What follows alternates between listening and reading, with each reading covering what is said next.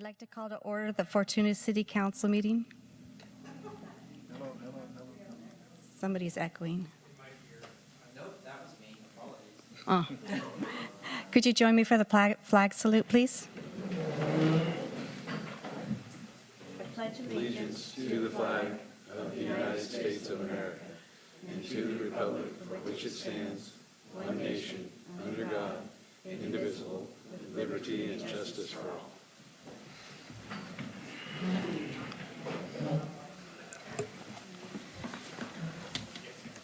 Roll call, please, Buffy.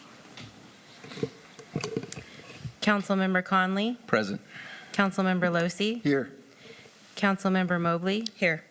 Mayor Pro Tem Johnson, Here. Mayor Trent. Here. Now we have a presentation of fiscal year 22-23 mid-year budget review. Presentation by Finance Director Aaron Fimley.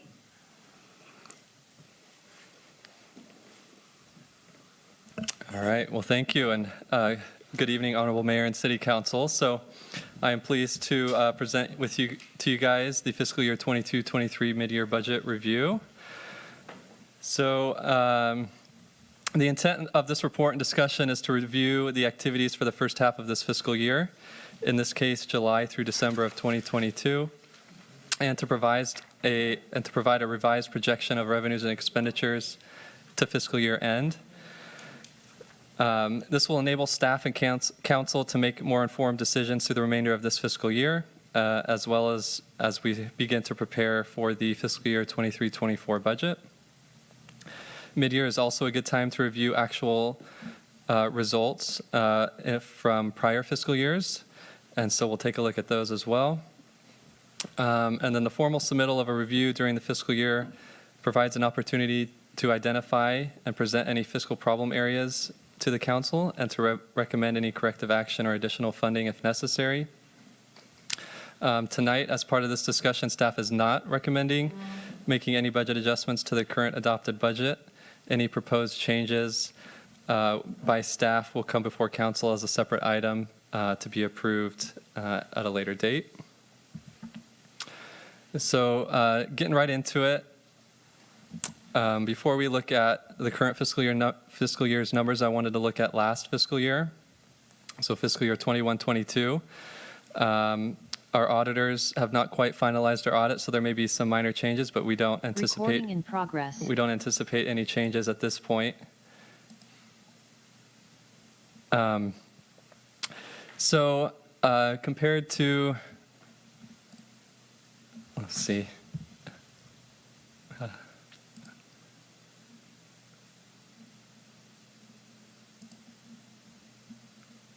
There we go. So compared to last fiscal year, our recurring revenues, which includes main contributors such as sales tax, property tax, and transient occupancy tax, increased by 7%. So it followed what we've been seeing as far as inflation. However, our largest revenue contributor, sales tax, only increased by 1.7% year over year. And I'll show you a graph of where our sales tax is and talk about that a little bit more at a future slide. But overall, total sources of funds for the city's general fund increased by nearly $1.6 million, and that was primarily due to the American Rescue Plan, or the ARPA payment that the city received. And then just kind of looking at the bottom line here, in the middle column, fiscal year 21-22 actual activity, we had a $936,000 surplus. There are a couple of adjustments that I wanted to note as part of that. So the first is that $885,000 of that surplus was American Rescue Plan Act funds. So those are reserved specifically for the POD project, or they were included in the budget last year for the POD project. We want to take those out to get a better idea of how much actual adjusted surplus funds we have available. And then the second adjustment is the council authorized a CalPERS additional discretionary payment that used the prior fiscal year surplus numbers. So we add that back in to get the net adjusted amount for fiscal year 21-22 of $750,000. And so half of that surplus was due to sales tax coming in over budget, and the other half was due to our transient occupancy coming in over what we had budgeted. So it's really nice to see those revenues coming over budget, but we don't anticipate that happening in future years, as I'll show you here on the next slide. So I would recommend keeping that $750,000 amount in mind as we kind of go on through other agenda items here and in future council meetings. Some potential uses that staff will be recommending for that surplus is making a PERS additional discretionary payment once again. And so we'll be working with our PERS actuary over the next month or two, and then we'll bring forward a recommendation to council once we get those actuarial numbers put together. And then the second would be utilizing them for the pod project, which we'll be talking about later at this meeting. So just real quick, I kind of wanted to show where our sales tax revenues have been trending, since this is our largest revenue source for our general fund. And so you can see 18-19, fiscal year 19-20, they were at about 1.8 million, kind of steady increases. And then we had the big increase, primarily due to the COVID stimulus monies that were infused into the economy, as well as people purchasing things instead of going out and purchasing services. And so those monies and that kind of activity held strong for the last couple of years. However, you can see it has dipped down here in fiscal year 22-23. And this is our latest estimate from our sales tax consultants, whom we meet with quarterly. And so they're projecting about 2.15 million, which is nearly what we have budgeted. So in the past, as part of our budget study sessions, we've taken the conservative approach in estimating what we think our sales tax revenues will come in. And so this year it really has paid dividends because they're anticipating that sales tax will come in at about where we have budgeted. So if we had gone with their original estimates, they were originally estimating about 2.35, we would have been having to cut $150,000, $200,000, or we would have had that loss here in this fiscal year. So I just wanted to point that out. So now looking at our current fiscal year numbers, so in the middle column you can see percentage of budget. That's kind of, generally we want to see that at about 50%. If you go to the very bottom, you can see our total is 55%, so we're a little bit ahead of that 50% marker. Our going back up to the top, property tax and property tax in lieu, those come through in 2 installments from the county, typically one in January and one at the end of the fiscal year received from the county. We have yet to receive our first installment from the county. However, we did have a meeting with a property tax consultant, and they, because of property values increasing, estimated a $40,000 increase for this year's property tax receipts. So that was nice to see. We talked about sales tax on the last slide, but you can see it's coming in right as we had budgeted. Our franchise fees, you can see a slight decrease. That's just kind of a continued trend that we're seeing, and that's from our cable TV franchise agreement. It just seems like less people are subscribing to cable TV. The increase to Parks and Rec is primarily due to the increased skate revenue that was brought forward to council back in November. That also adjusted the part-time recreation hours, and I'll talk about that on the next slide. And then other revenues increased primarily due to the American Rescue Plan Act. We got the second installment in July. We had budgeted for it in June, but because of that timing, it showed up in this fiscal year instead of last fiscal year. And so that's why there's such a large increase in other revenues on this slide. So going to the expenditure side of things, we can see that most of our departments are, again, within that 50% mark that we want to see. The police department at 55%, that is understandable. They have some large one-time payments that are made at the beginning of the fiscal year. And so we won't see those the rest of the fiscal year. So 55% is right on par, taking into account those large one-time payments at the beginning of the fiscal year. The one exception that you'll see on this slide is, of course, the Parks and Rec Department with the $60,000 estimated increase. That is primarily due to the part-time recreation budget. And I did want to note that $26,000 of that was authorized at the November council meeting, and then $12,000 is going to come before you at the next council meeting, and that is for a play group that's being funded through a grant, and so that'll be offset by grant revenue. So that left about $20,000 that finance was projecting the recreation going over budget. We did talk with our Parks and Rec director, and he's well aware of the council's desire to stay within that budgeted amount, and he's gonna do all he can to make sure that he stays within that budget. But I just was looking at projections, so I wanted to kind of show you what the estimated amount was there. And as stated before, if for some reason we do need to change the budget, that will be brought forward as a separate item at a future council meeting. So overall, general fund expenditures are on pace to exceed the city's original estimates by $59,000. But otherwise, we're looking pretty steady and where we thought we were going to be at the beginning of the fiscal year. So this slide just kind of brings them all together, the revenues and the expenditures, as well as the transfer in from other funds, which is Measure E. And so you can see going down to the bottom, net sources from our adopted budget, we had anticipated a $24,000 surplus. And here at mid-year, we're estimating a $261,000 surplus.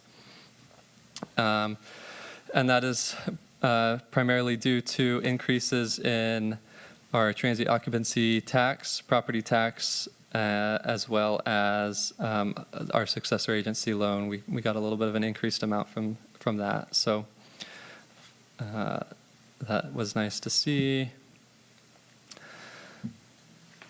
So that was for our general funds. I just want to quickly run through our enterprise funds, which is water and wastewater. Both of these funds are run very similarly. Both of them have not had any rate increases since fiscal year 2010, 2011. And so revenues have stayed pretty level, and we've only seen increases based on new developments that have occurred within the city. And so you'll see there are some operation savings, and that's primarily due to salary and benefit savings from vacancies that have occurred throughout this first half of the year. And then just going to the bottom line, we're estimating a $239,000 deficit. However, the projects, which is included as $755,000 in this, is paid for from our Water Capital Reserve Fund, which currently has $5 million in it. So we're looking good still in our fund balance for projects in the water fund. And then jumping here to the wastewater fund, again, similar story. Charges for services stay pretty similar year to year since there's been no rate increases. Going to the bottom, we do have a deficit of $332,000.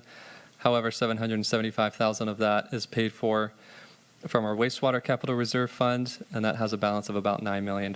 So still have a healthy reserve fund to do our projects that we have anticipated through the next few years. So to wrap up the presentation, I just wanted to kind of go over the next steps in our budget process. And so on March 21st, our Measure E committee will be meeting, and that's where our departments will bring forward their recommendations to the committee, and then they'll reconvene on April 4th to whittle the list down and make their final recommendations that will be presented to the council and included in the proposed budget. And then in late April and early May, we'll schedule a couple of special budget workshops with the city council, and we'll run through each department's requested budget and discuss any things that we think are big items that we need to discuss with the council. And then on June 5th, we'll bring it forward at a regular council meeting for adoption. So with that, I'm happy to answer any questions on the mid-year budget report that was included in the council packet. Thank you. Thank you for that presentation. It was good. Does council have any questions? I do. Okay. Okay. Thank you, Aaron. With the fiscal year 21-22 surplus of $936,000 minus the payments that'll be coming out of that, leaves a surplus of about $750,000. And one of the things that you mentioned were the ADP or additional payments to bring down that PERS liability. I'm thinking that with regard to the police department, just my opinion, I think we want to hold off on making that additional payment until we find out and get into the construction of the new police department and know exactly or better down the road as to what those costs are going to end up being. Just a suggestion. And I know that it is a benefit to pay the additional PERS payments, but we might be way over with regard to the budget and remodel of the police department. That's one thing. I'd like to go to the general fund revenues and talk for a minute about that. You had it on the screen. With regard to the sales tax, it shows year-to-date through the end of December is $718,000 and some odd dollars, and that's 33%. That seems lower than the percentage that we've talked about and that our tax consultants have provided us. So, and knowing right now, we've got, of course, January and February to add on to the taxes. Do you know if the last 2 months have brought that, certainly has brought it up, but is the rate getting to where we really need it to get to that percentage? Yeah, that's a good question. And so with our sales tax, we do receive those 2 months behind when they actually get collected from the state. So that $718,000 number is actually only 4 months worth of sales tax payments from the state. So for that one, 33% is right where we want to see it because it's 4 out of the 12 months. So because that is received 2 months behind, we don't get our last payment for June until August typically, and then we'll accrue it back into June. But And figure, so it looks like we're on track with that. we are, yep. And then going down to the Parks and Rec, at 58%, and again, this is through December. Do you have, or has Cameron given you an idea as far as how the rest of this fiscal year for the next 6 months might come out? I know that there's going to be a deficit in that particular item. Yeah, I think the only indication we have is, the big boon for the Parks Department really has been the high participation in the skate program, and that's where they've been generating a lot of the revenue. And that's what was explained to the council before, and all indications are that they still are having it well attended. I think it was 2 weeks ago, they had 350 people over the course of a weekend. So it seems like their revenues from that skate program are going to continue to be pretty high. It's been a very popular program. Good. Okay, we like to see that. We like to see those numbers coming up. That's all I have on that. Thank you, Aaron. Mike Johnson? No? No one else has any? Get back to my... Thank you. You covered that really well. Thank you. Now we'll have oral comments from the public. Anybody who has anything to say that's not on the agenda? Seeing none, we'll move on. Consent calendar, we have 6 items. City Council minutes, report of disbursements, ratifying the Fortuna Fire Protection District ordinance, supplemental budget request for demolition of the Monday Club chimney, supplemental budget request to recognize grant funds for solar permitting software, and amend the city's annual fee schedule for fiscal year 22-23 to provide for amended rental rates for the use of the River Lodge and the Monday Club. Does anybody want to pull any of them? Yes. Okay, I'd like to pull C, please. see. Okay, go ahead. Okay, well, the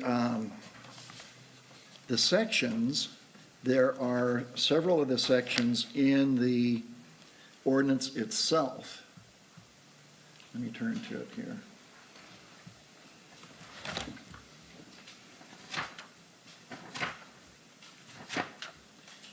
And bringing your attention, and the pages aren't numbered, but bringing your attention to section 9, and that's authority to arrest and issue citations. And that ends on that same page at the bottom of section 9. Then the top of the next page should be section 10, I'm thinking, but there isn't any section 10 listed. There's no title as to what that next section covers. But in reading that, it sounds like it goes into liens and the areas available to the city when it comes to people not paying their assessments and receiving citations or whatever. Since, and I'm thinking this could just be a clerical error, I don't know. Yeah, and I don't have the answer in front of me. This was provided by the fire district and we put it into our format, and, I'm not seeing it, and clearly there should be a section 10, so I think we're gonna have to bring this one back unless Gary has a text, but right now it's too late for me to find that and bring it back in the council meeting, so. And then there are other sections, and I'm not sure, that aren't included. Because we start out, it looks like, with section 7. And I think that there could be others that need to be input, or maybe they are just sections that are not going to be included in the ordinance. So my recommendation would be that we continue this item to the next city council meeting. Okay, so we're not We'll over a review. time crunch or anything for that? No, because I think it does defer to the state building code and fire code if it's not adopted. So really, similar to our building codes, if we make changes, they're important to be in there. So we'll have to confer back with the fire district. Again, they provided us this text. I didn't see that typo, so, yeah. I think it'd be important to include Yeah. that then. Okay. And I will go ahead and make a motion to approve consent calendar items A, B, D, E, and F. I'll second. Is that an all in favor one or a vote one? It'll be all in favor. Okay, all in favor? Aye. Okay, now we need a motion to continue number C to next meeting. So moved. And I'll second that. All in favor? Aye. Okay, our first item of business is a public hearing, second reading, to consider repealing and replacing Title 15, Building and Construction Division, General Chapter 15.10, Building Codes, with the 2022 California Code as mandated by the California Building Standards Commission and Department of Housing and Community Department Ordinance number 2022-1 2019-741, and this is our second reading, so we will, does council have any more questions on this? No? Make a motion. I have to open public hearing first. Okay, open public comment. Seeing none, close public comment. Okay. I make a motion, we hold the second reading and adopt ordinance 2023-758 and read by title only. I'll second that. Okay, we have a motion, a second. Roll call, please. So ordinance 2023-758, an ordinance of the City Council of the City of Fortuna repealing and replacing Title 15, Buildings and Construction, Division 1, generally Chapter 15.10, Building Code of the Fortuna Municipal Code with the 2022 California Building Codes. Councilmember Conley? Aye. Councilmember Losi? Yes. Councilmember Mobley? Yes. Mayor Pro Tem Johnson? Yes. Mayor Trent? Yes. Okay, our next item is a public hearing to consider approving the substitution of a subcontractor for the apparent low bidder on the police facility project. Staff report. Merritt, do you want to start with that? Yeah, so our Public Works Director, Brendan Bird, will give this one, and I just have a few words to say before the next item. Okay. Good evening, Mayor Trent and City Council. I have a PowerPoint I'm going to bring up here, so if you'll bear with me for one moment.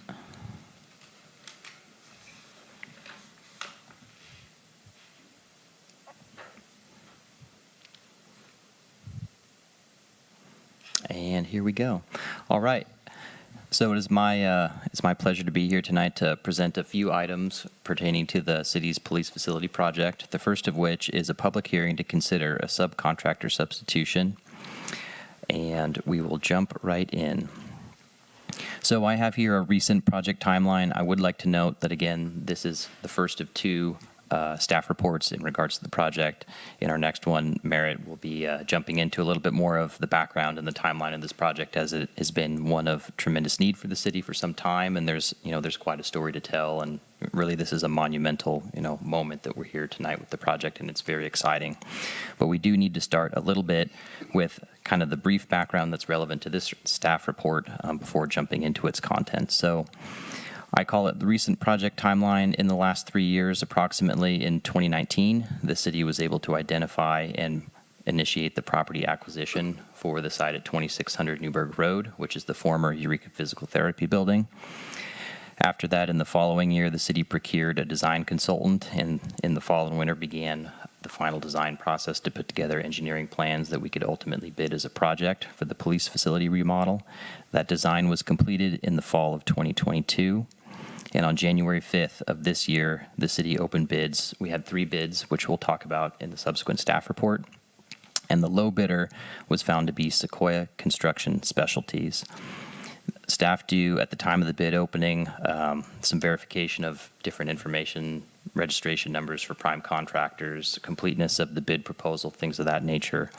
But after a more detailed review following the initial bid opening, where we identified Sequoia as the low bidder, staff did find that 2 of Sequoia's listed subcontractors on their subcontractor form were found to have expired Department of Industrial Relations licenses, and Department of Industrial Relations will be shortened to DIR in the future. So if I say that, that's what that's in pertinence to. So when staff found that, first thing we did was notify Sequoia Construction of the error in their bid and begin a dialogue with them. And the second thing the city did was engage our on-call public contract code attorney who specializes in this type of law for legal assistance and to provide a recommendation moving forward. So in initiating a dialogue with Sequoia Construction, they did indicate that the inclusion of those contractors in their subcontractor list was due to an error that they were unaware of.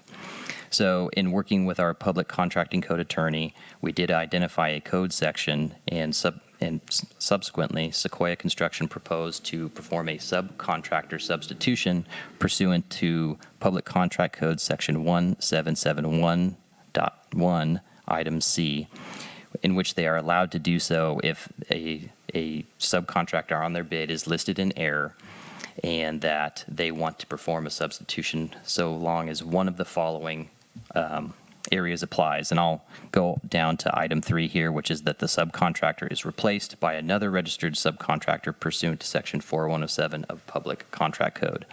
So Sequoia Construction initiated that dialogue and alerted the city that they would be interested in performing a subcontractor substitution in order to keep their bid what's called responsive.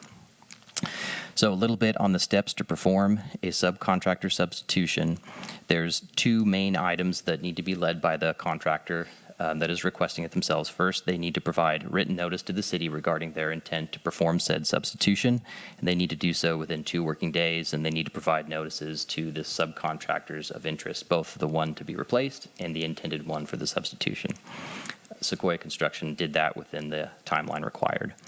After that, the subcontractor who is to be removed from the project has 6 days to provide a written objection should they feel that it is unwarranted. In this particular case, that subcontractor did not elect to do so, and therefore the next step in the process is that the prime contractor, the subcontractor listed in error, and the subcontractor that is to be added to the project all provide sworn affidavits to the city attesting to the error that was made as part of the bid, which all of the aforementioned contractors did, and they provided it within that 8-day timeline.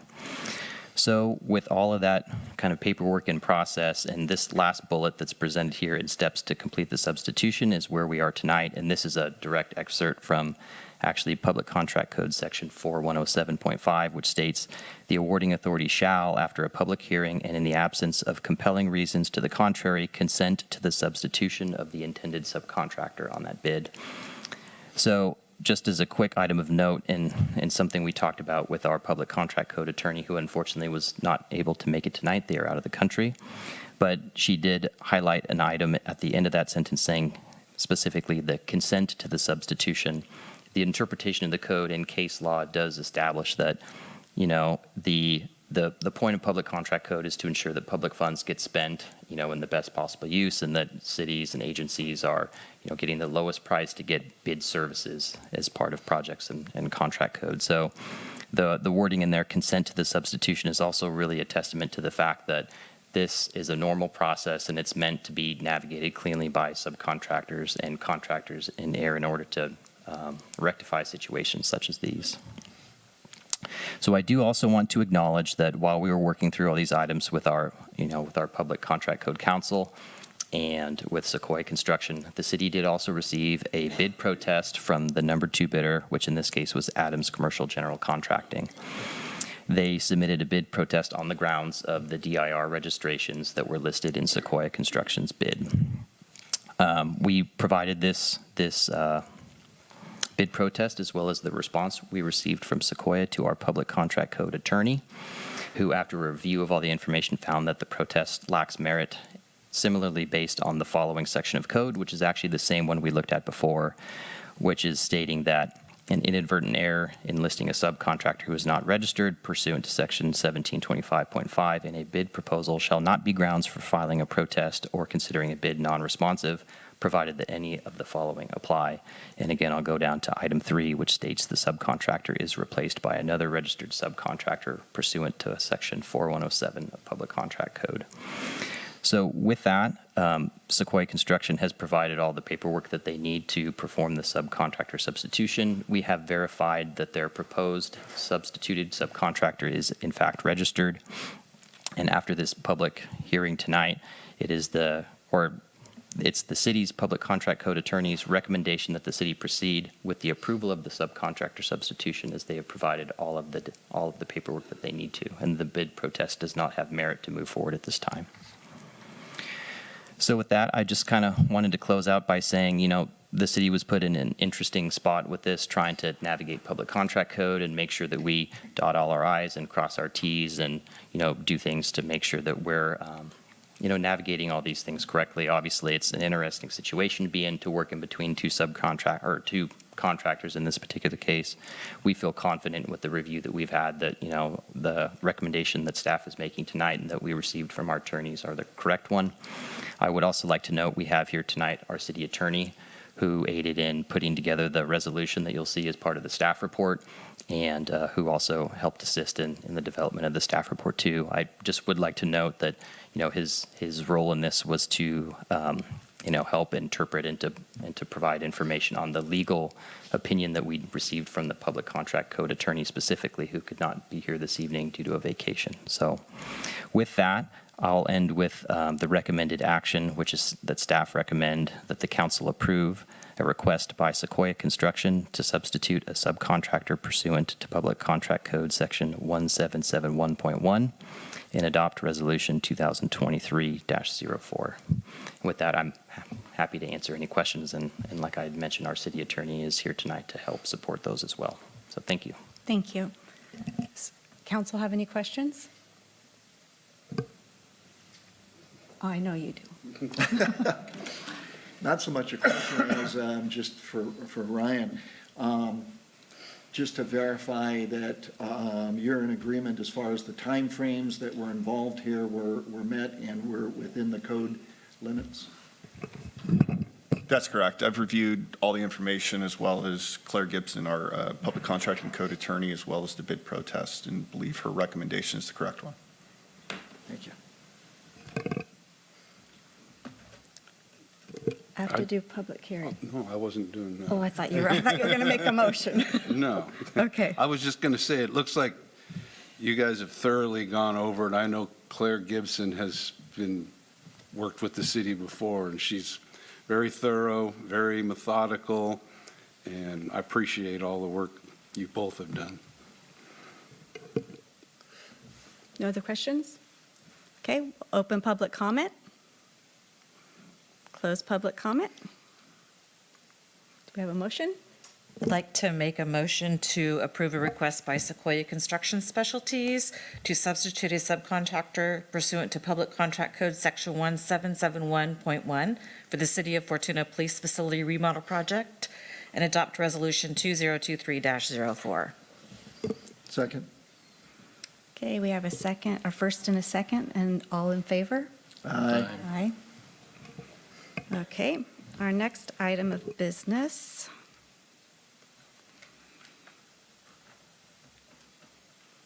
is probably the best one on the agenda. Award the contract and supplemental budget request. Oh, wait a minute, that's the wrong one. Is that the right one? Oh, no. Award the contract to Sequoia Construction for the police facility remodel project. Okay, now you want to do this one. Thank you, Mayor Trent. So I just wanted to say a few words. Brendan has a staff report, and he'll be going into it in a little detail. But this has been a project that the city's worked for a long time just to get to this point. I just wanted to give a brief overview of the chronology. There's been a lot of councils and a lot of staff people and a lot of city managers and a lot of city attorneys who have been involved in this. And so this is kind of a milestone moment where we actually get to allocate the funds and go to construction. So just before we hand it to Brendan, I just wanted to share my screen and remind the council a little bit of the chronology for this project. So the police facility at City Hall was constructed in 1967 when the population in the city of Fortuna was 4,000. They had a massive expansion and added 4 new offices in 1994, which was their big project, I guess, over a period of almost 3 decades. In 2002 to 2007, there was a number of deficiencies that were really brought to the attention of the city through some post reports, and they had to do with things like evidence handling and an analysis of the facility to really look at the functionality of it for the size of the department and the way that it performed. And it was identified that they did need a new facility that met the current post standards. In 2007, the Fortuna Financing Authority obtained revenue bonds for $2 million designated for a new police facility. And so at that time, shortly after, they purchased 280 12th Street, thinking that they could get the whole project done for $2 million. There was a needs assessment and an architectural analysis done for a new police facility, which would have been at the 280 12th Street site. And in 2015, the estimated cost for that facility that was identified was approximately 10 million. That'd probably be 20 to 30 million today. So at the time, the city had no real prospect for funding a project like that. And the biggest really outcome from that project was that that building needs to be demolished, that existing metal building that was at the Ford site that is now Creations. And it really, it would have been taken down to nothing. And originally it was anticipated that that building could be remodeled and turned into a police facility, but it wouldn't meet seismic standards. So in 2015, the city chose not to proceed with that project at that site. The costs were too high and to sell the land at 280 12th Street. So the land was finally sold in 2019. And then the city identified a new site in 2019 where the current facility is being planned near the intersection of Newburgh Road and Ronerville Road. And so the net cost of those two parcels, the one that was Eureka Physical Therapy and the adjacent vacant lot, was $775,000. This schematic design project was completed in 2020 that was really looking at the long-term build out of that site. And at the time, it was determined that a 13,000 square foot project would meet the needs of the department over the long term. But the cost would have been $5.5 million. And again, that was in 2020 dollars. And there's been a lot of escalation since then. Still a project that was really beyond the means of the city. So really what we did is took a closer look, tried to identify a lower cost option that the city could afford. And we looked at, with working with an architect, we came up with a 6,500 square foot project with the cost estimate at the time was approximately $1.6 million. I guess one of the silver linings with the whole COVID pandemic was that the ARPA funds came through and they could be designated for this use. And so the council in 2021 put $2 million of the ARPA funding towards this project. And also contracted with Whitchurch Engineering for the architectural and design. In 2022, the project was advertised for bid, and so now we're just getting to the award now. And I just have to compliment our Public Works Director. He's really picked up the heavy lifting since we've gotten to the design phase of the project, and there's just been a lot of details to work through there. So soon we'll be in construction, I hope, and then really be able to complete this project that's been eluding the city for about 35, what's 67 minus 2022? It's a long time, 40 or plus years. So and it's really important for the well-being of the department. Fortunately, we've had that vacant building, or not vacant building. We've had the shell from the old EPT, and they've been able to operate their patrol operations division. What the plan would be, if awarded, is to have everybody come back and do the best they can to work out of the existing facility while that one's under construction. So it would be very tight, but we've had that space, and anyway, we're at the point where that needs to be remodeled, and it's just really key for morale of our police department to be able to serve the community, and it'll serve the community for a long time. And we're just pleased that we've been able to get it to a point where it is actually affordable for the city as well. So with that, I'll hand it over to Brendan. Thank you, Merritt. Again, I have a PowerPoint to pull up here, so give me one moment.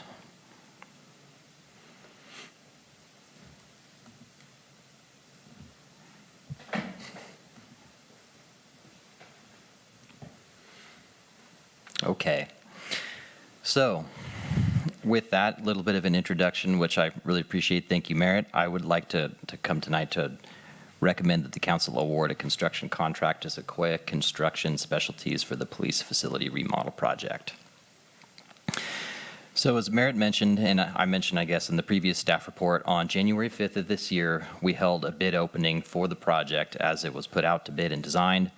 And at that time, the city received 3 bids from 3, all excellent local contractors. We were very excited for that. And we found that Sequoia Construction Specialties was the apparent low bidder at the time. Now, I'm happy to say, with the completion of the last staff report item and the adoption of the resolution, Sequoia Construction Specialties is now a fully responsive bidder as well. And, staff can, wholeheartedly recommend that they are a responsive and an appropriate selection for the low bid contractor for the project.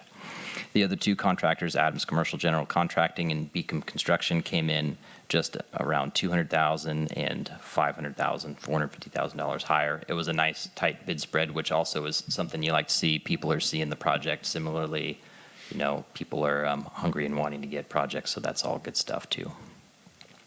So with that, I wanted to jump over to an estimated project budget, which a little bit of this is specific to the staff report item here tonight. A little bit of it is kind of a zoomed out view of the project as a whole. So I'm going to kind of walk through it piece by piece. So as I previously noted, Sequoia Construction's low bid came in at $2.53 million. So one of the items that we want to look at as we're proposing a contract award here tonight for this staff report, but also thinking about it from the big picture is, what are the additional costs that would be associated with delivering the project? So what we have here is a table that shows not only the projected cost that would go into Sequoia Construction's contract, but the additional work that staff is working with on the side that is going to be part of delivering.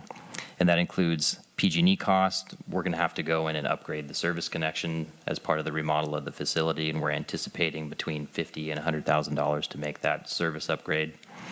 We're going to need to work with Nilex, who is the city's IT consultant, to transfer over servers and do all sorts of networking and other data and security camera items that will be involved under a contract with them.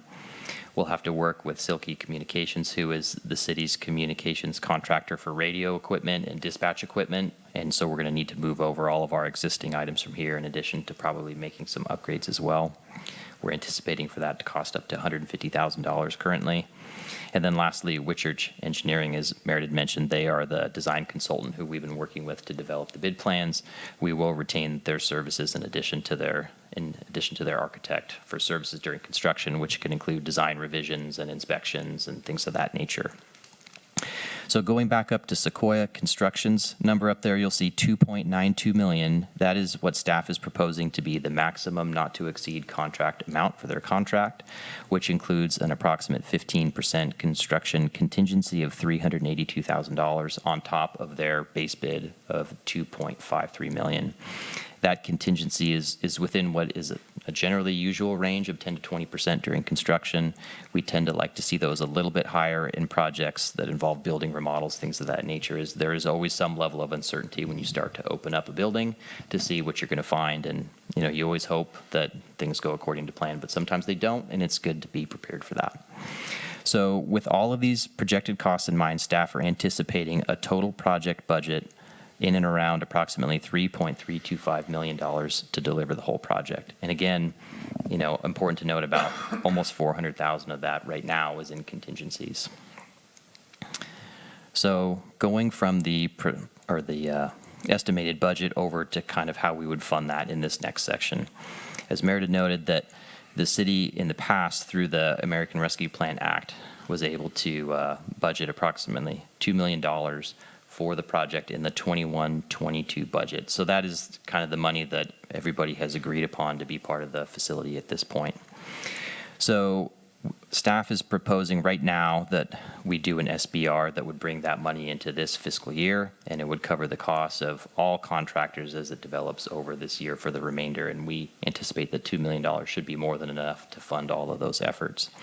Moving forward, we would propose to work with council on gap funding during the fiscal year 2023-24 budget process. The remaining estimated project costs on top of the $2 million that would be budgeted through this SBR, the approximate $1.325 million, is proposing to be covered by a number of sources that we're trying to identify right now, which includes the remaining $350,000 in American Rescue Plan Act funding that is yet to be put towards any specific project. Staff has also been working on pursuing Measure Z funding, and I believe our police chief has moved forward with completing an application for that. Staff is planning on taking this as a project request for Measure E, which could provide some funding in there as well. And I know specifically for the radio upgrades project that the police department has some asset seizure funds, which they had earmarked for those communications upgrades in the past. That project did not move forward previously, recognizing that the remodel project was happening, and the thought was to do it all in one time. So there is some funding available for that as well. So that right now is our proposal of what to work through in the coming months to see how much additional funding we could bring towards the project. But alternately, I guess this is the worst-case scenario if none of these other funding items come through, or if council chooses not to obligate the additional $350,000 in American Rescue Plan Act funding to it, that the worst-case scenario would be the additional project costs of up to $1.325 million would come from general fund reserves. And I know that our finance director spoke to the projected general fund surplus in some other areas, to speak to the availability of that funding. By all means, if you have additional questions, he'd be a good resource for that.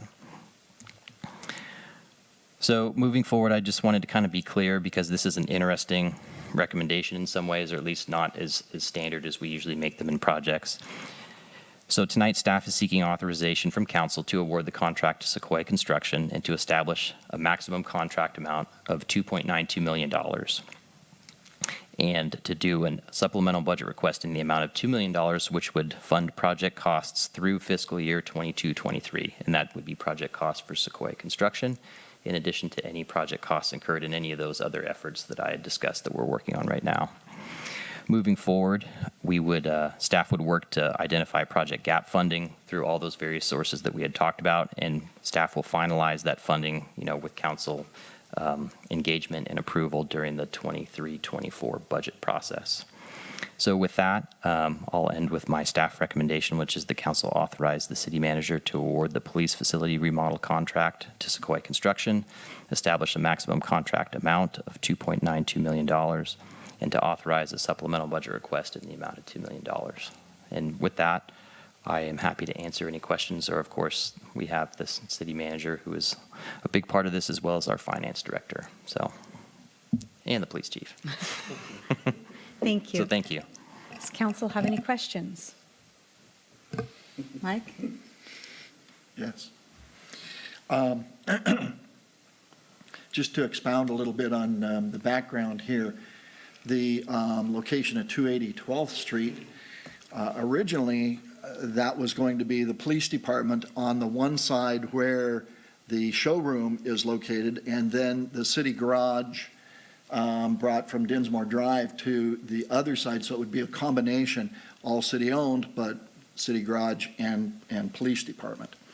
As it turned out, the estimate for the police department alone turned out to be over $11 million to remodel and bring that up to standards. And it just, at that point in time, was undoable. We were never going to get that amount of money. And I know city staff searched for grants and, some funding sources anywhere that they could look, and that just wasn't going to come across. So it was a good move to sell that. Creations Body Shop is a great location. It's a great addition to the city. And in my mind, the location there on Newburgh and Ronerville Road is a much better location and alternative.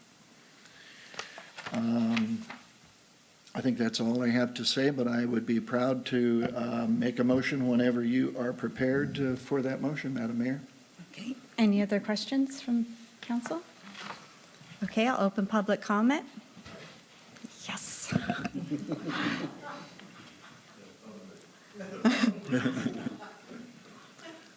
Lieutenant Matt Everhart, I just want to say thank you. I think City Manager and Councilman Delosi did an excellent job recapping the history. I'm very happy as a member of the police department and the public to see this move forward. This has been a long time coming. I'm happy that this didn't die in the vine, and there's been a lot of effort by people that are here today and people that are not. So thank you for that, and I thank you for your consideration. Thank you. Any other comments? Okay, we'll close public comment. Go ahead. I am proud to make a motion to authorize the city manager to award the police facility remodel project CIP 9104 to Sequoia Construction Specialties and establish a maximum contract amount of $2,920,000 and authorize supplemental budget request for $2 million. Second. Okay, we have a motion and a second. All in favor? Aye. Okay, we're getting a new police station. Okay, our next item of business is to award a contract for a supplemental budget request for the Corporation Yard Emergency Generator Project.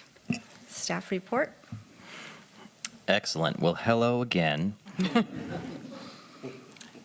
And I would also like to, here, I will need to share my screen once more. Don't worry, though, I did use the same PowerPoint background, so you'll be very familiar with me at this point.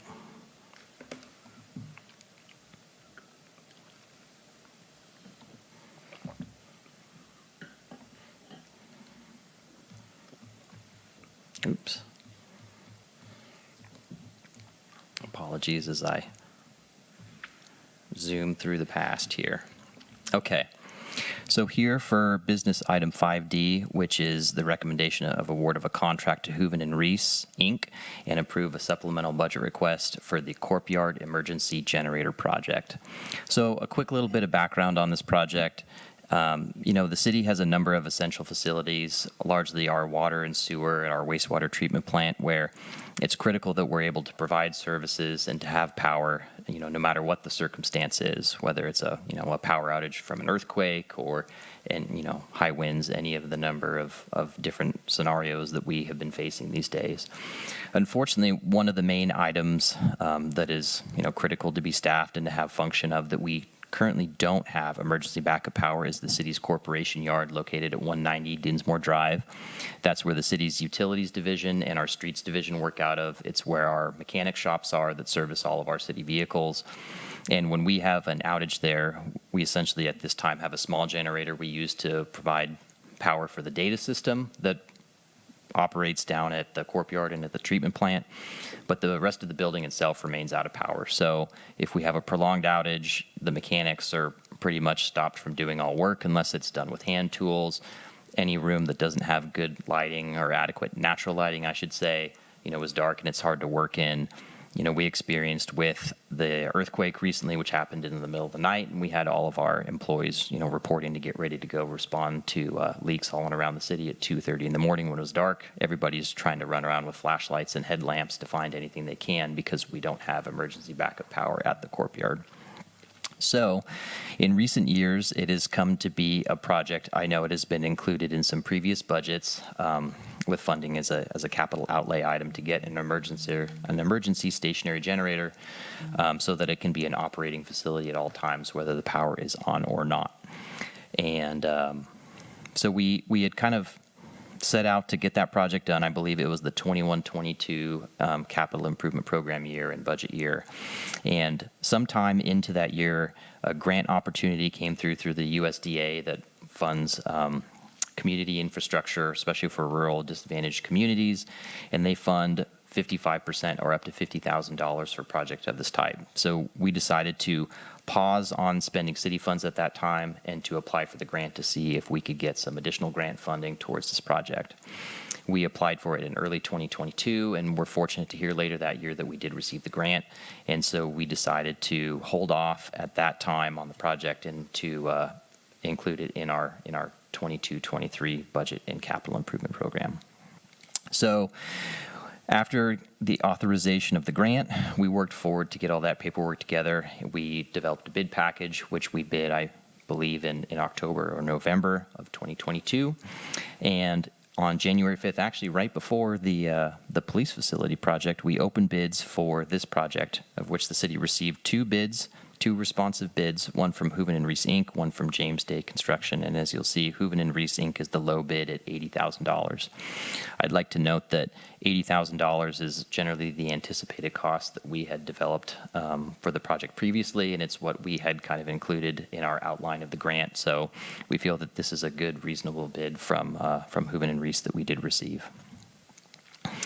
So moving on to the estimated project budget and how this project would be paid for. So as I mentioned, we did receive a USDA Rural Development Grant in the amount of $44,000. So that's grant funding that will go directly towards the project, which required a 45% city match in order to obtain. That 45% city match was actually $36,000. That's what we used to get the grant. Turns out that, we had originally estimated the project would be somewhere in the low 70s. The project ultimately bid in the 80s. That's what has been happening these days with generators and other things that have inflated in cost, so it's not too unsurprising that that would happen. So what you'll see here is staff is recommending a total funding amount of up to $90,000 for the construction contract, which would include the grant amount of $44,000, the amount the city would need to provide to match the grant, which is $36,000, and both of those equal 80, which would cover the base contract amount that we would enter into. And then staff would propose an additional $10,000 in funding, which would be used as about a 12.5% construction contingency. None of these items have currently been included in the fiscal year budget, as the uncertainty of receiving the grant wasn't really there when the budget was developed and the CIP was developed. So staff elected at that time, should we be successful with funding, we could bring it to the council as an item to add funding to the budget at the time of contract award, which is what we're doing here tonight. So with that, I'd like to close with my recommended action, which is that the council authorize the city manager to award the Corporation Yard Emergency Generator Project, CIP 9114 to Hooven and Reese, Inc., and establish a maximum contract amount of $90,000, and to approve a supplemental budget request to add the grant funding and then the city's matching funding to the budget this year. So with that, I'm happy to answer any questions. Thank you. Council have any questions? Councilman Losey? No question. Oh, But just for those folks out in TV land and also present here, we've spent a lot of money and a lot of SBRs over the last couple of council meetings. So just to reiterate that almost half of this cost is coming from a USDA grant, and then the rest of the funding would be coming from enterprise funds, and nothing from the general fund or reserves. Correct, yeah. The matching funds would come from Water and Sewer Reserve. This was an identified project, as I had mentioned before the grant, and at that time, the city had budgeted, I believe, $70,000 in the budget in CIP. It would be not this year, but the year before. So we were prepared to spend $70,000 of city funds to get this done because it is a critical facility. Now we're hoping to deliver this project for the city for as low as $36,000 of city funds using the grant. Thank you. And Councilmember Losey, if I could just, a couple of comments. Our USDA grant representative really came to us last year, I guess, or about a year and a half ago, and said, hey, there's an opportunity, there's a lot of money here. And I just want to say that staff really made a diligent effort to go after those funds. We had previously used that to go after police vehicles, and we get a couple of police vehicles every few years. And in the last year, we've been able to get community development software, council chamber upgrades, Vector truck, I think cost sharing on 6 police vehicles. You'll see the next staff report that's coming up. The generators, there's a number of projects, and it just, it made sense to go after this, and it's really been a great source of funding for the city to be able to go after these. Thank you, and thanks to staff for doing that and taking the initiative to go after these tax dollars for something that's really needed. I just want to say, as someone who's worked in that building at night when there's no power and you got to go upstairs and search for water parts and bolt kits and valves, get the trucks out and signs, and this is going to be big. So thank you. Yeah, power outages never like to happen during daylight hours, so. Leaks never happen in daytime hours either. okay, I'll open public comment. Anybody have any comments? I'll close public comment. Make a motion to authorize the city manager to award the Corporation Yard Emergency Generator Project, CIP 9114 to Hooven and Reese Incorporated, establish a maximum contract amount of $90,000 and approve a supplemental budget request. Okay, we have a motion and a second. Is that a voice or a roll call? Okay, we have a voice vote. All in favor? Aye. Okay, and our last item of business is a supplemental budget report for the purchase of 4 new police units. Thank you, Mayor Trent and Honorable City Council. I think I'm batting cleanup, and I'm going to try to keep the momentum going here. So there's been a lot of questions asked of me, in particular during end-of-year reports and different reporting to the council on something that has been a priority for council as well as the police department and city staff. So I'm happy to deliver some fresh information in regards to our previously approved budget project for the acquisition of 4 new police vehicles.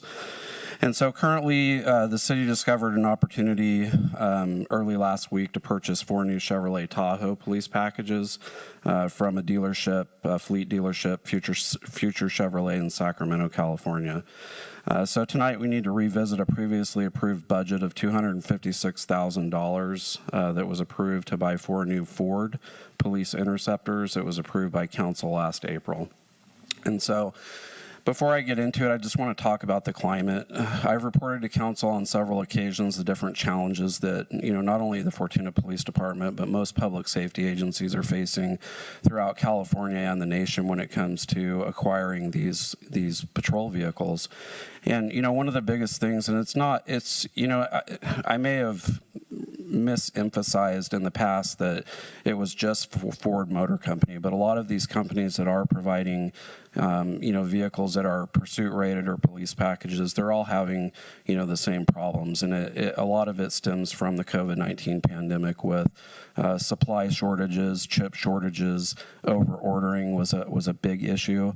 And so, taking the opportunities that are presented to acquire these vehicles, it's going to come and go. It's going to be ebb and flow. The sheriff's office just had their order of 8 Ford patrol vehicles canceled last week. So, as I've kind of dove into this over the weeks and months and, just collaborated with other agencies, I know that, several of the agencies right here in our own backyard are looking at other creative and collaborative ways to, kind of overcome some of those issues. So with purchasing outside of the Ford realm and looking at other makes and models. And so what we have available again to the city is 4 new Chevrolet police package Tahoes. They're a little larger of an SUV, but I think it will be a great addition to the fleet. So this project will actually require an overall increase in our original budget from approximately, the original amount was about $256,000 to about $340,916.88. And staff at this point is, strongly recommending that the city continue to prioritize this budget project for acquisition of 4 new vehicles and take advantage of the opportunity that we have at present. So with that, staff is recommending that council make a finding that sole source procurement of these vehicles is in the best interest of the city pursuant to section 2.50.080 of the Fortuna Municipal Code. And secondly, that the recommendation is that council approve a supplemental budget request in the amount of $340,916.68 to complete the purchasing and total outfitting of these new vehicles. The fiscal impact will absorb an increased budget amount of approximately $88,830.42, with $200,116.68 coming from asset seizure and $140,800 being funded from the USDA Community Facilities Grant from 21-22. And if there are any questions, I'm happy to answer. Thank you, Chief. Any questions or comments from council? As I've seen how long and the ordeal that's taken to, so this is an opportunity that I don't think we want to miss because we don't know when we'd get to replace them. Agreed. It's just, there's no trending that would lead myself or, an organization to see that there's going to be any type of change in the near future. It's just kind of the state of affairs that we live in. Well, thank you for both of you guys for being diligent on this. It's not an easy thing to find and finance, so. It's our pleasure. Very creative. Thank you. No comment? No. Oh. Do you know how long it'll take to get these? They are immediately ready for delivery. And then how long does it take to get them on the street? So they're a little bit different than the Fords. The Fords come with a ready-for-the-road package, and essentially we we get the police packages from Chevy after they've left their specialty plant in Texas, and we install all of that here locally. So, it's really the time, Mayor Trent, that it takes our installer to get all the equipment in there, which has roughly been running somewhere between 1 to 3 weeks. He's actually pretty quick, and he does quality work. We've had nothing but success with the units that we have in the fleet. So you add on a couple of days for the installation of graphics and somewhere in that 2 to 3 week realm. Good. That's exciting. We'll get those embarrassing ones off the street, right? Absolutely. Okay. Anybody? That's why I didn't have a comment. I've been saying it so many times. I was over the waiting. last 6 months. Councilmember Losi, I thought you were going to talk about those. I know it is a pet peeve, but yes, we will be in a better situation to rid some of the eyesores. Good. And Any- Mayor Trent, I just wanted to point out one other thing in the staff report too. We went through the police facility staff report and that was completed before this one was done, but this one has a more accurate depiction of what the asset seizure fund is going to be. So in the previous staff report, it said there was 150, but that didn't include the balance that was going to be used for these vehicles. So I just wanted to relay to the council that there is a low asset seizure amount and it has what the, how much would be left, 4,000 until the city receives another distribution, which I think the chief could probably speak to, but we do expect more funds to be distributed from the asset seizure fund. So I just wanted to make sure the council was aware of that moving forward. This is accurate in the staff report, though. Yeah, if I may, Mayor. So the DTF Executive Board will be discussing disbursements on Wednesday. Oh, okay. Open public comment? Matt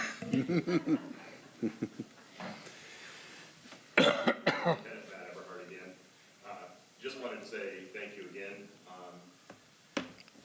Yes, very happy, Councilman Losi, to see the fourth ground mix be rotated out soon. It's been a long time coming.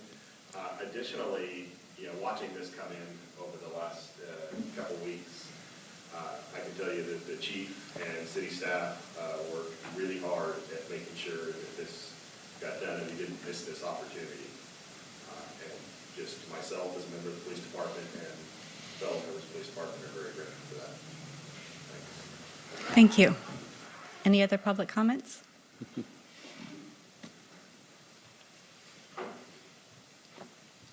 can't let Matt be the only member of the public to say something. My name is Walt Wilson, resident of Fortuna. I'm here with my wife Julie and along with Matt. We are the public. I don't know why more people don't attend these meetings, but I'm amazed at the hard work that this Fortuna staff and the council does for us. It's unreal. We are so lucky to have all of you. Thank you. Thank you very much. Thank you. And I will agree with that. Okay, we'll close public comment. Do we have a motion?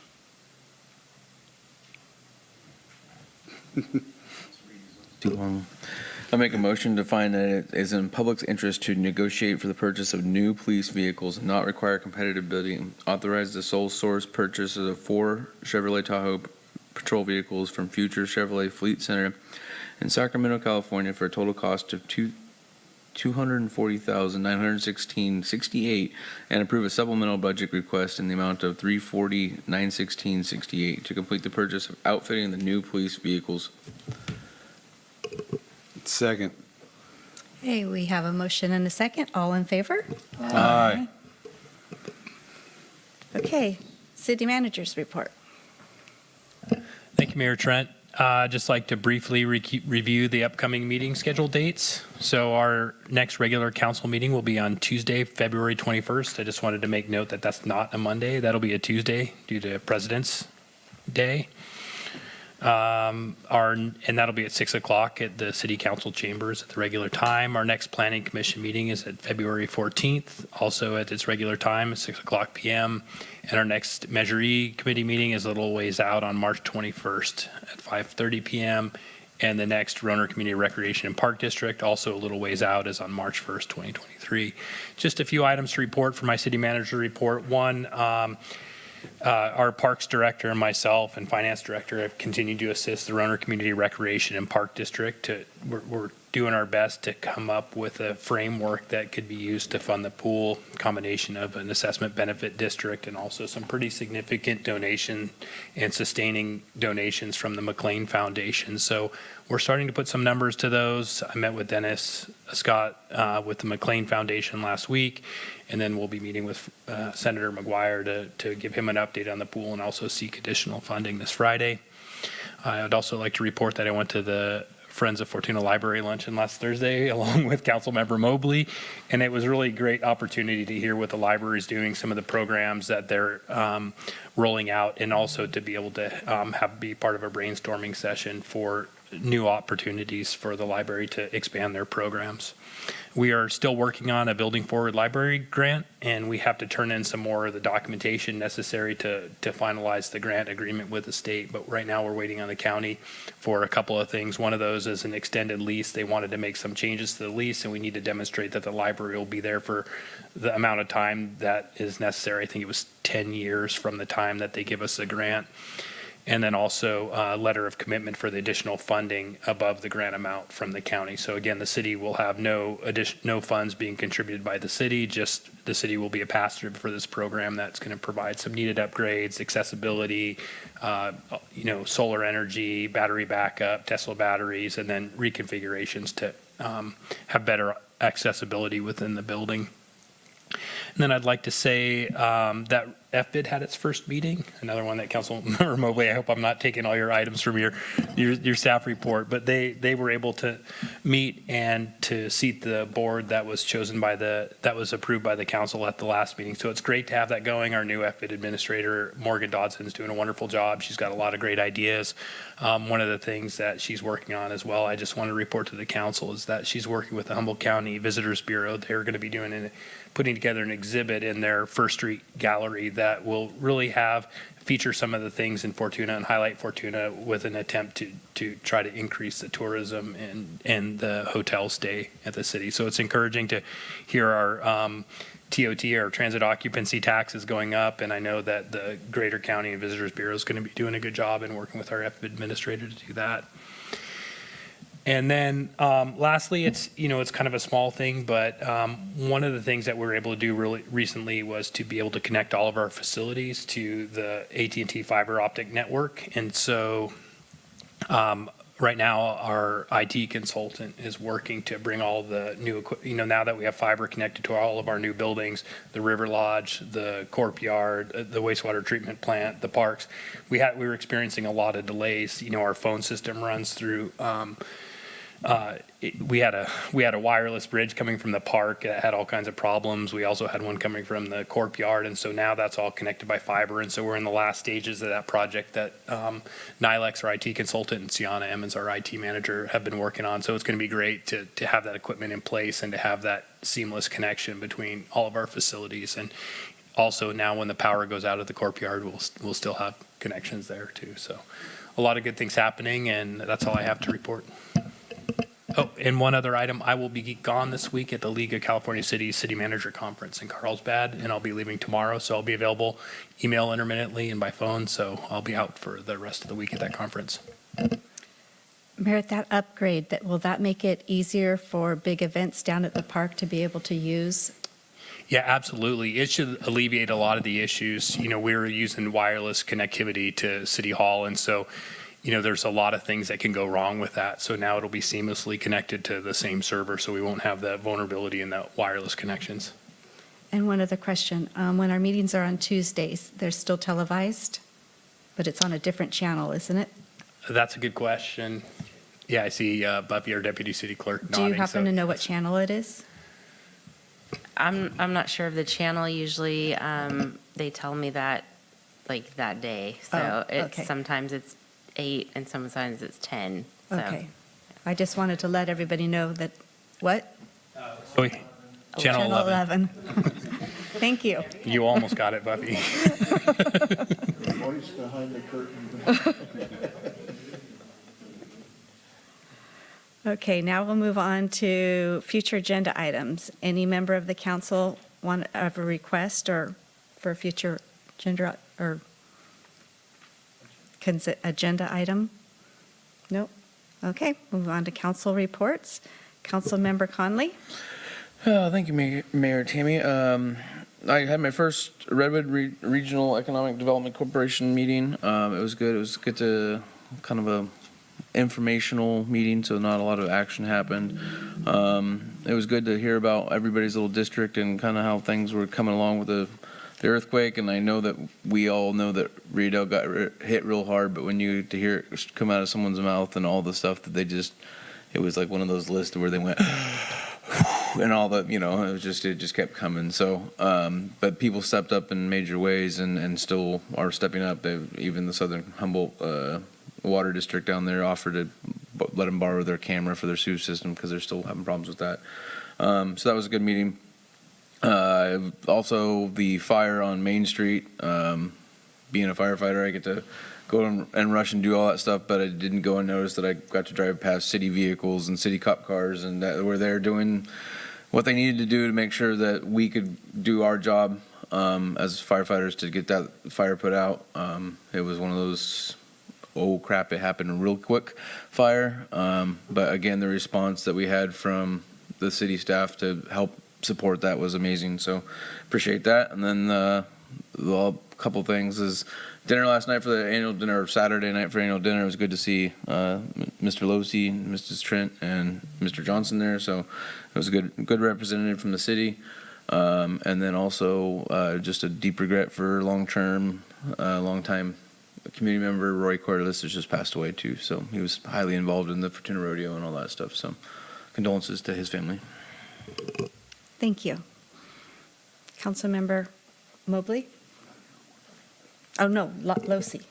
Sorry. Just trying to get this meeting over faster. So you're going to skip me?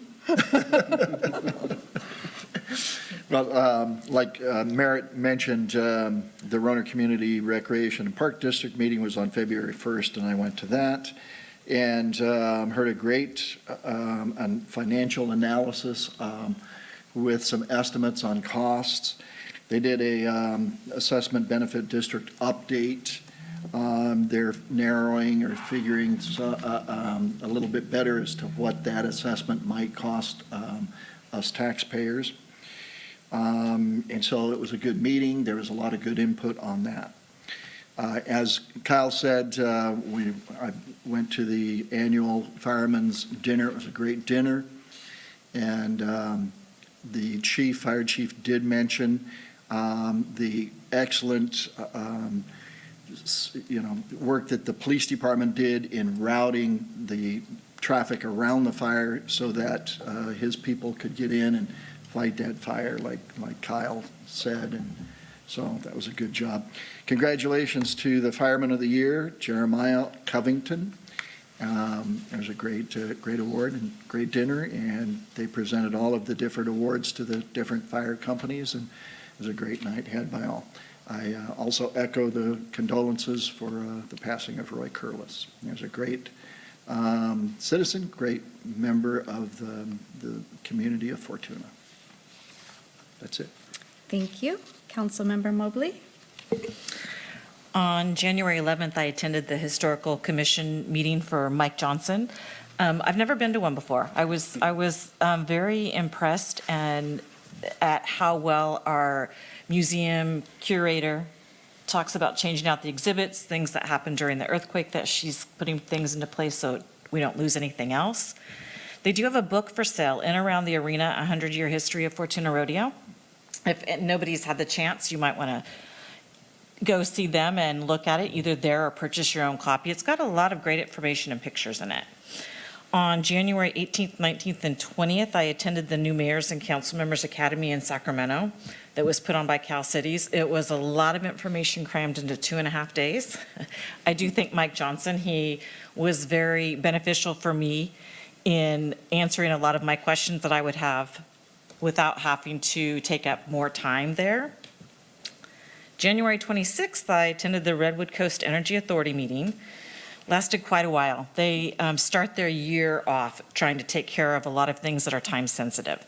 So it was a very lengthy meeting. I'm hoping that the future ones aren't that way, but we will see. I was unable to attend the FBID meeting because they conflicted. They were the same day, same time. So I have been trying to coordinate a time to meet with Morgan, but I do understand that it went really well, and she's very pleased with the turnout. On the 31st, I attended the Friends of the Library, Fortuna Library, as Merritt said. I would encourage anyone, if you've not had a chance to attend some of these meetings, to try to do it. It's amazing the input, what they do for our community, the programs that they come up with that help from the youngest to the oldest. They mentioned that they had the last couple of years, they've had the highest turnout, and it was COVID. And they said that sometimes that was the only person that they had contact with was when they went to pick up their library books. So they do a great job down there as well. That's all I have. Thank you. Mayor Pro Tem Johnson? Well, thank you and I'd say, as she said, we both ended up going to the new mayors and council members class. It was an intense training, covered a lot of territory, even though but it was 4 years ahead. I'm prior, I should say, and there was a lot of new stuff on there, so there was new things I learned too. And they had subject matter speakers that knew what they were talking about and could hit the nail on the head. And I think I have slides from the finance responsibility part I want to show you, because I think, Aaron, I think you'd like that. But that was a good three days of just a lot of information to hit the ground running. And I was happy to introduce you to some people and answer questions, because it's like getting the whole truck dumped on you at once. I had my first Transportation, Communication, and Public Works meeting last week, and it was 10 to 2. So there's a lot of time spent in that too, and finalized the agenda for what our project work year is going to look like and what we're working on. And there's a lot of things in there. Part of it touches protecting local funding, because it's very much in jeopardy, especially this year. That was also one of the things that was talked about in the new mayors and council members workshop, was protecting revenues, because the state's going to want to balance their budget on our funding. So another thing was I attended the Friends of the Library meeting, and we talked a lot about different programs and things. They have movie discussion groups, book clubs from first and second graders all the way up to seniors, and things like that. A reading group for kindergartners, and it's introducing kids to reading and stories, and they enjoy it. And I know that we used to have a guy in the Parks Department who did reading at the library on his lunch hour, so it's not unheard of. Also, I attended the Roner Rec meeting, and it was, I think Councilmember Losi was there also, and well, there's a lot of things I learned during that too. And hopefully we can get it off the ground and get funding. And the last thing was, we have an HCOG meeting next week on Thursday, and I'll report out about that. So thank you. Thank you.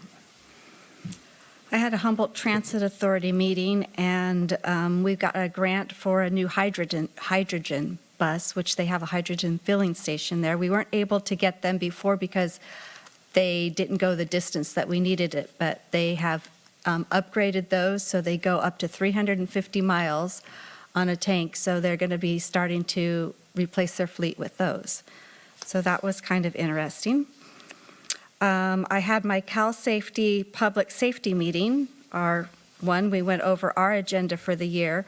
One of the big items that they're going to be working on is Proposition 47. Efforts have been made to repeal that proposition, and they've all failed. So instead of trying to repeal it, they're going to try to fix it. So that's what they're working on. They're going to try to bring some accountability back, because people can go out and just steal what they want, write bad checks. As long as it's not over $950, they get a ticket. You know, it's a misdemeanor. And so there's no consequences for that. And it is definitely hurting retail. Our retailers, they're losing so much on all of this. So that's one that we're strongly working on this year. And I hope that this one can be successful, because something really has to get done on that. And I also did want to thank the fire department also. They did a very good job of containing that fire to one building. When I went down there and saw the fire, I'm just thinking, please don't let this be another Green's Pharmacy where it takes half the block. And it didn't, it just one building. So your fire department did a great job. And I think that's all I have. What? I left something out of my report that Okay. I wanted to bring up. Thank you for Mr. Mike for bringing up the awards for the Firefighter of the Year. But a couple other ones that earlier this year, you may have seen an article in the Lost Coast and on Facebook about the Candy Cane Lane decorations coming up missing one morning and mysteriously reappearing a few weeks later. Well, those were done by people that received the Oxum of the Year, the Women's Auxiliary. And these people aren't actually in the Women's Auxiliary, but they were volunteers that stepped up a few years ago to redo the decorations, repaint them, rebuild some of the older ones, and get them out. So it was Rhonda Dibble and Sharon Erickson who received the Oxum of the Year for the fire department. The Citizen of the Year was another local person. Kim Brown was the Fire Citizen of the Year. She heads up the Santa Sleigh Project, which encompasses more than you just think it's just this little thing, but it's huge. And she heads that up. And we thank her for what she's done for that. And what those programs, both of those impact the community a lot. And Frank Dorr from Company 2 received the Chiefs Award this year. And all these people, some of them, they all go above and beyond just their normal duties, which is a lot. So imagine going above that. And speaking of going above that, our council member, Kyle Conley, spent a lot of his time at the fireman's dinner in the kitchen, because his company was in charge of cooking and serving and getting things ready for the meal. So, in fact, they forgot to announce him as a council member, probably because he wasn't in the room at the time, but he went above and beyond his duties that night too. So thank you, Kyle. That's it. Okay. I have a quick question. Okay. For Merritt. The Parks and Rec meeting Monday, has that been canceled? I believe so. That's what Cameron let me know, and I can double check on that announcement. Yeah, he had said that was a possibility. Right. but He mentioned to me that it was canceled, but I didn't see the notice, so I'll double check on that before I go. Okay, do we have a motion to adjourn? Motion to adjourn. Second. Okay, meeting adjourned. Thank you.